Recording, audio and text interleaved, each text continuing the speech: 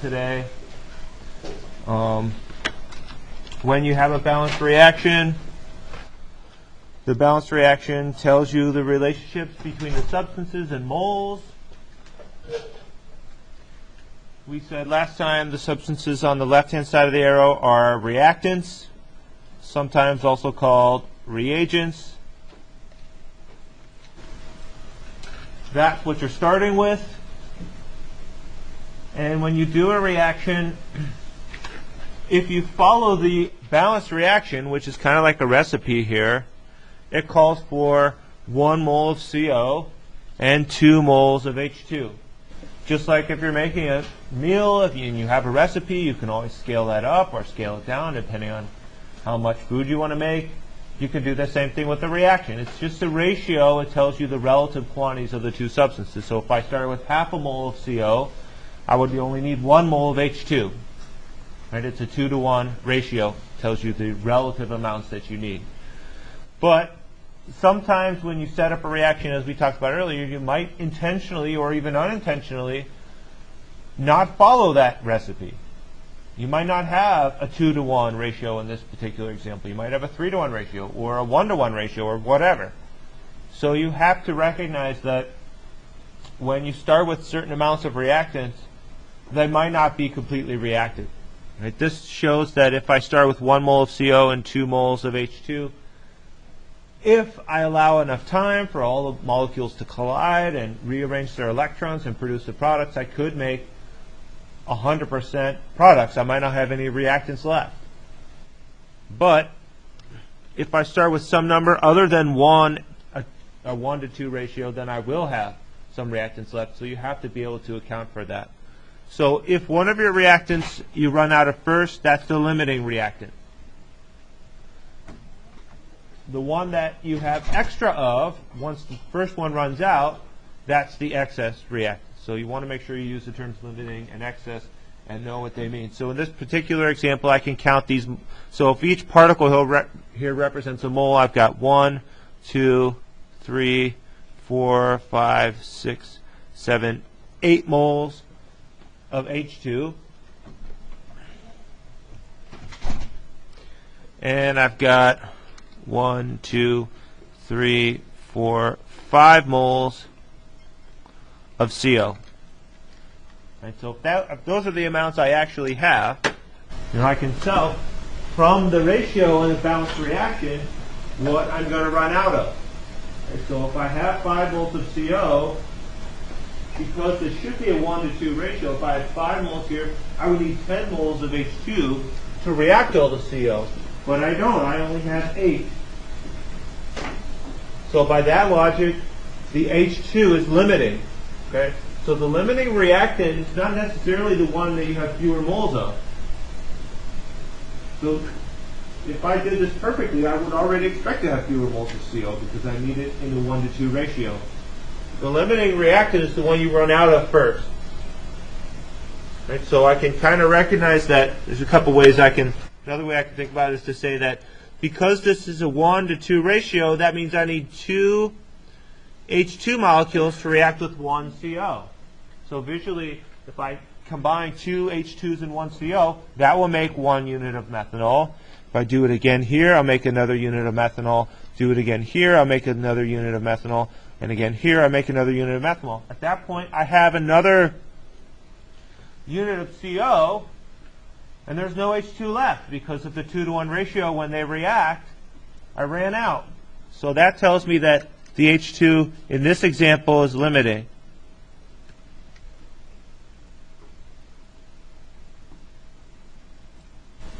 I can also recognize that because I would say that based on this 2-to-1 ratio, if I had 8 moles of H2, if I had 8 of these, how many moles of CO would I need to react with them? 4, because it's a 2-to-1 ratio. So if I actually have 5 instead of 4, that means I have extra or excess of that particular reactant. So given quantities and a reaction that you can balance using the ratio in the balanced reaction and the quantities given, you should be able to figure out which reactant is limiting and which reactant is in excess. It's important because once I determine which is limiting, this is the one that I want to use to determine how much product I could make maximum. At this point, I could keep adding CO all day on this side. I could add an infinite amount. I can't make any more product because I don't have any H2 to react with it. I need them both, and I need them both in that ratio. However, since the H2 is limiting, if I were to add more of it, then I could use 2 of those with 1 CO, and I could start to make more product. Any questions about that? Okay, so this is basically the same logic we just went through, but looking at the math broken down.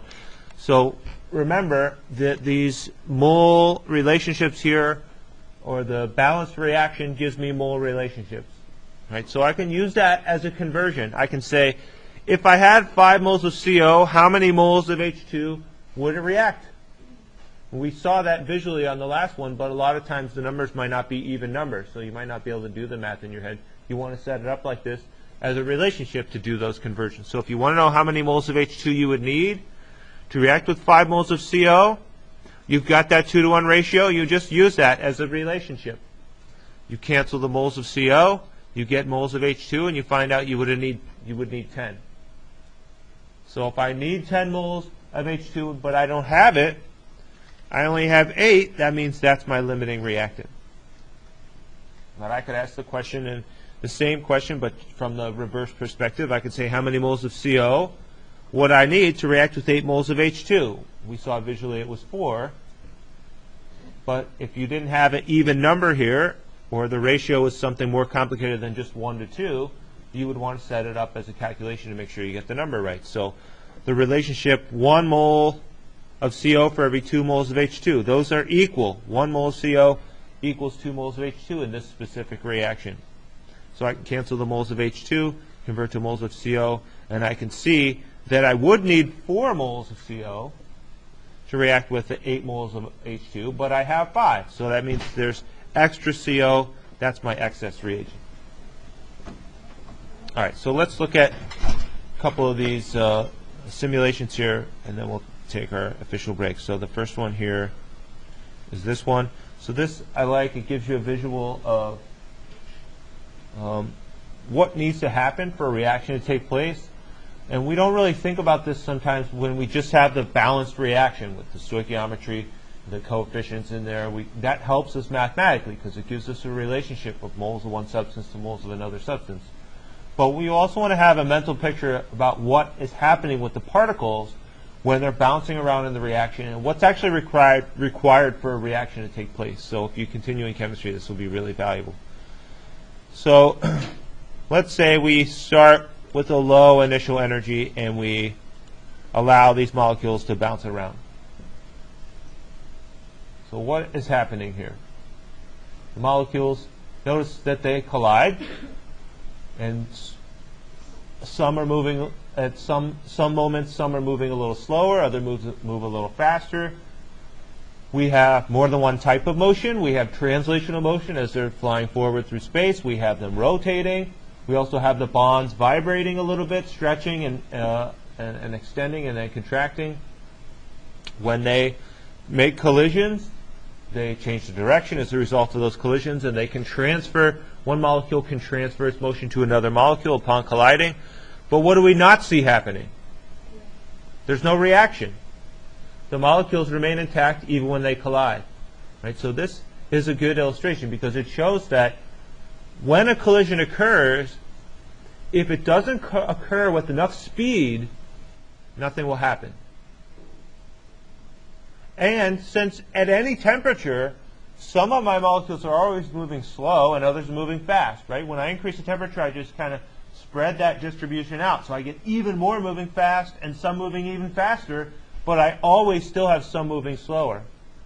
So I'll never have a situation where all the molecules react at the same time, because the slowest moving ones, when they collide, don't have enough energy to do the reaction. Why does the collision require a lot of speed?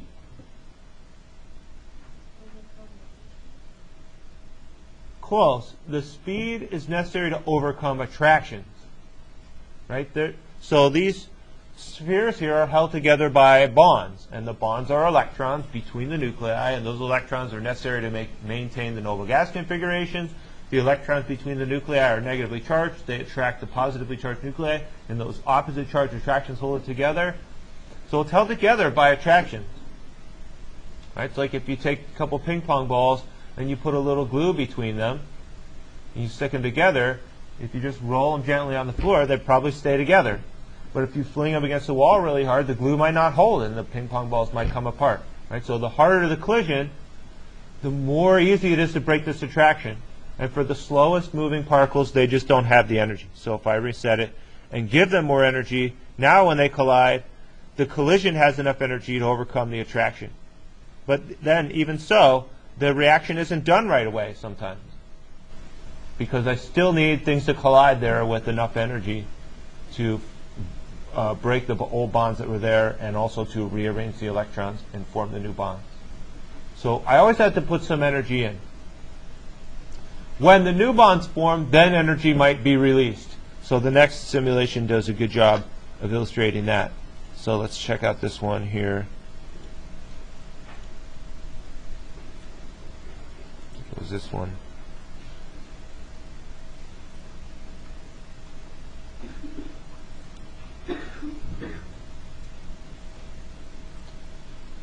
So this is an illustration of an explosion. Actually, let's look at no explosion first. So again, if the molecules are moving too slow, they collide with one another, nothing really happens. I need some energy to put in initially to break the attractions that are there. So all reactions require some energy to be absorbed. So if that's true, why do some reactions occur readily at room temperature? What? Yeah, either they have weaker bonds. Well, they have to have relatively weak bonds if the reaction is going to occur at a low temperature. So that means when the bonds are weaker, even the slower moving ones, when they collide, may have the energy to break those bonds, and that can get the reaction started. But we also know that even at a low temperature, we still have a few molecules that are moving pretty fast. And so the fastest moving ones in the sample often will have enough speed that when they do collide, it will break the attractions, even if the attractions, the initial attractions aren't that weak. So again, nothing happening here. So let's look at if we start with more energy. So if one of these fastest moving ones happens to collide with enough energy, then all of a sudden everything starts to react really fast in an explosion. Why is it that that reaction occurred very quickly? At first nothing was happening, but once the first couple molecules started to react, then everything happened really fast. What's the explanation for that?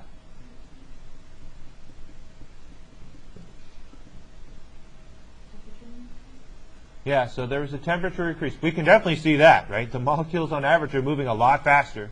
So we know that it's at a much higher temperature now, and we know when an explosion occurs, generally there's a big energy release and the temperature goes way up. Right? So what's causing that energy release is the formation of bonds. So we always have to put some energy in to break the bonds. If the bonds start off and they're relatively weak, and even the slower moving collisions might have enough energy, many of them, to break those initial bonds, that will require some energy to be absorbed from the surroundings. Right? So most explosions require a spark or an ignition or some initial energy source to start a few bonds breaking. Just go back and show it again. Right? So in the beginning, if everything's moving really slowly, nothing is happening. Right? At this point, this would be like having fuel with no spark. Right? You put gas in your car, you want your car to run, you need spark plugs. You need something to ignite the fuel to begin with. So you need a little energy. So if we put a little energy in, just to break a few bonds, once a couple bonds break, that requires energy to be absorbed. But then when the new bonds form, energy is released. So once this actually happens a little bit. Come on now. The fastest moving ones need to really collide in order to get those initial bonds to break.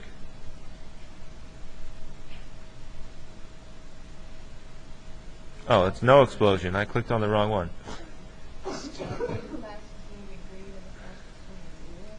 Yeah, well, depending on the reaction, different reactions will require different collisions in different order, but I wanted to try to catch that right when it started. So it's hard to see in this at this speed, but when the first new bonds start to form, that releases energy, and that speeds up the neighboring molecules, so then a lot more of the neighboring molecules collide with enough energy to break their bonds, and then they form new bonds quickly, and that releases even more energy. So it builds and builds and builds and releases a lot of energy quickly because the new bonds that are forming are much more stable in releasing all that energy. Any questions about that? Relatively straightforward. If you want to check out the rest of these and mess around with them, might be a cool idea. So another one that I wanted to show you, so that gives you a sense for the energy involved with the chemical reaction and what's required for a chemical reaction. So you want to keep that mental picture in the back of your mind. This demo is meant to illustrate the limiting reagent, excess reagent that we were just talking about. So they make this analogy for making a sandwich, which I think is a decent analogy. But if you're going to make a sandwich, you need certain items. So put some bread in. If you're going to make a cheese sandwich, you also need cheese. We'll put a slice of cheese in there. Oh, so this is my, okay, now I remember what this is. This is my recipe. So let me reset this real quick. Okay, so in a normal sandwich, I would have 2 slices of bread and 1 piece of cheese. Right? So that's my recipe. So if I go to the kitchen and I find that I have a bunch of bread and no cheese, I can't make any sandwiches. But the recipe tells me a ratio, a number ratio of the items that I need to put in. It's the same as, it works the same way that the ratios work in a balanced reaction. So if I have an even number of slices of bread, then I should be able to add enough cheese to make all the sandwiches, right? So again, I still need more bread than cheese, but I can do 100% a complete conversion of my items into sandwiches if I have the right ratio, right? So that's just demonstrating the idea of how the stoichiometry works and how the ratios work. So here's a specific example. Maybe we'll look at ammonia. So in this case, the ratios are already given, right? The ratios are necessary to keep the reaction balanced. So I can't really alter that. When I make a sandwich, if I want to put 2 slices of cheese in, I do that. But in a balanced reaction, I can't change those ratios, so it's more rigid. So that means if I start with a certain amount of reactants, depending on the amounts I start with, I can only form so many products. Right? So in this particular reaction, 1 molecule of nitrogen requires 3 molecules of hydrogen. So if I put 3 in, so I've got 3 hydrogens here. Those 3 hydrogens are necessary to react with just 1 of the N2. And so when the 3 hydrogens and 1 N2 react together, I'll get 2 NH3.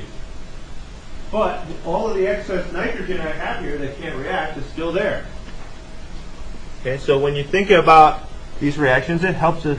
I mean, some people are more visual than others, so it might help you to think about it visually. At this point, what is my limiting reactant? H2, right? Because when all the H2 is used up. It's used up first, and I still have excess nitrogen.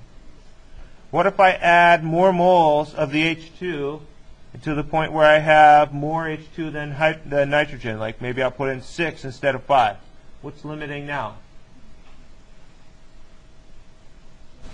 Still the H2, right? I can tell because of the 3-to-1 ratio, it takes 3 H2s just to react with 1 nitrogen.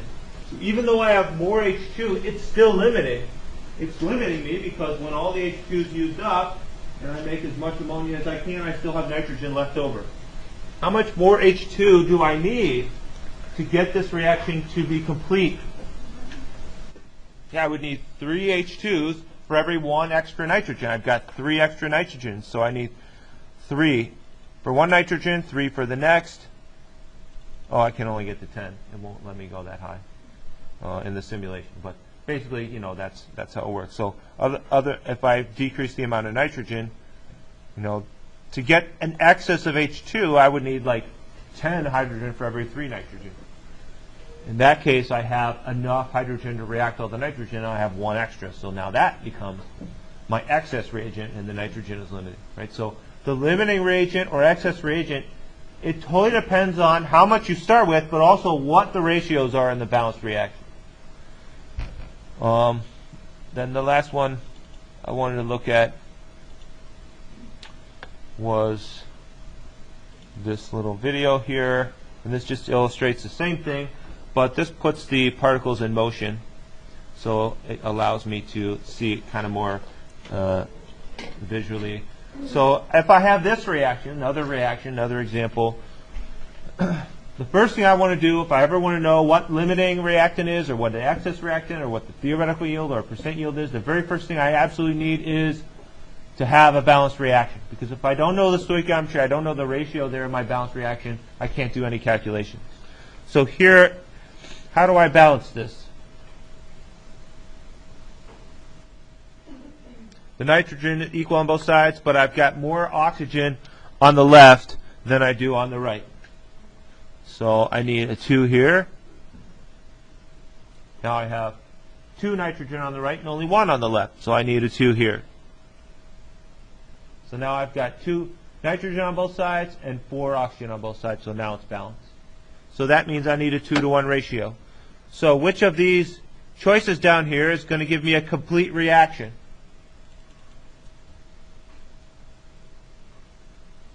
Should be the middle one, right? Because I have twice the amount of NO compared to the amount of oxygen in moles. Right? Nitric oxide and oxygen gas are reacted in a 2-to-1 mole ratio. There are 6 molecules of NO in the left bulb and 3 molecules of O2 in the right bulb. Stop talking. The valve separating the bulbs is opened, allowing the gases to mix. The reaction occurring is 2NO plus O2, producing 2NO2. Collisions require enough energy, so it's not going to occur right away. 6 molecules of NO are reacting with 3 molecules of O2. O2. They are reacting in a 2-to-1 mole ratio as represented in the balanced equation. No reactants remain after the complete reaction. If I were to start with this one on the left, which would be the excess reagent? If I had 4NO and 4O2, which would be limiting and which would be excess?